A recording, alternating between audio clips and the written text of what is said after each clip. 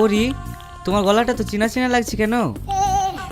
উম্মা, প্রত্যেকদিন ফোনে কথা বলি, চেনা লাগবে না? কি